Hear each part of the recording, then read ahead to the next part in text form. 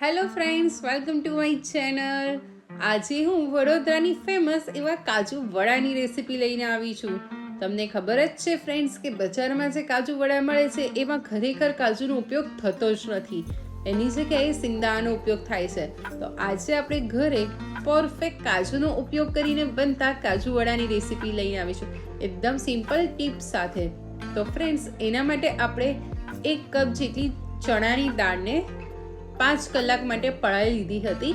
હવે કાજુ વડા છે તો એના ભેગા મેં 7 થી 8 કાજુના દાણાને બી પલાળી દીધેલા હતા. તો આ રીતના સરસ એવા કાજુ બી સરસ સોફ્ટ થઈ ગયા છે ને દાળ બી સોફ્ટ થઈ ગઈ છે. એટલે આપણે એને સરસ એવું મિક્સર ગ્રાઇન્ડરમાં લઈ લેવાનું છે. જેટલું બને એટલો ઓછો પાણીનો ઉપયોગ કરવાનો છે. હવે આપણે એમાં 2 થી 3 નંગ લીલા મરચાં અને 1 નંગ આદુનો ટુકડો લઈ લેવાનો છે. એને બી આની ભેગો જ મિક્સર ગ્રાઇન્ડરમાં લઈ અને સરસ એવો આ રીતનો ગ્રાઇન્ડ કરીને રેડી કરી લેવાનું છે.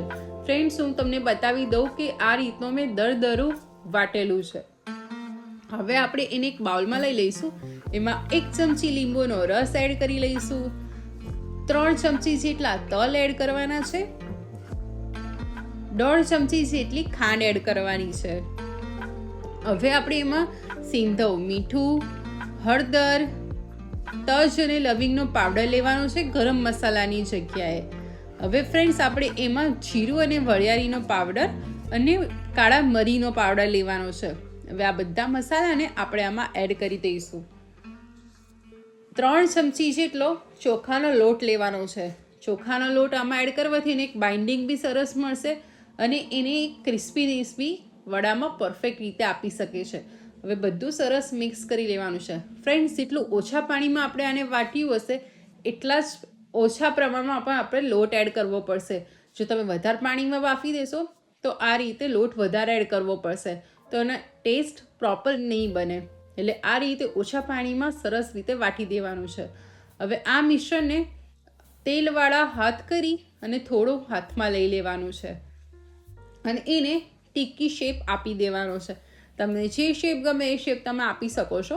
હું જે બજારમાં મળે છે એ શેપ આપી રહી છું. હવે કાજુ વડા છે તો કાજુને કેમ ભૂલાય, એટલે આપણે એના ઉપર કાજુ બી લગાવી દીધું છે.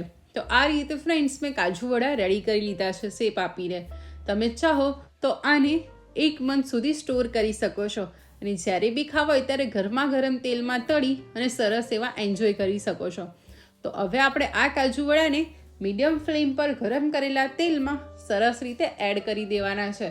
જેટલા વાસણમાં સમાય એટલા કાજુ વડા ભેગા જ એડ કરી દઈશું અને હવે એને મીડિયમ ફ્લેમ પર રાખી અને એક વખત સરસ એના બબલ્સ ઓછા થઈ જાય ત્યારબાદ જ આપણે એની સાઈડ ચેન્જ કરીશું કે જેથી બધી સાઈડથી પરફેક્ટ તળાઈ શકે.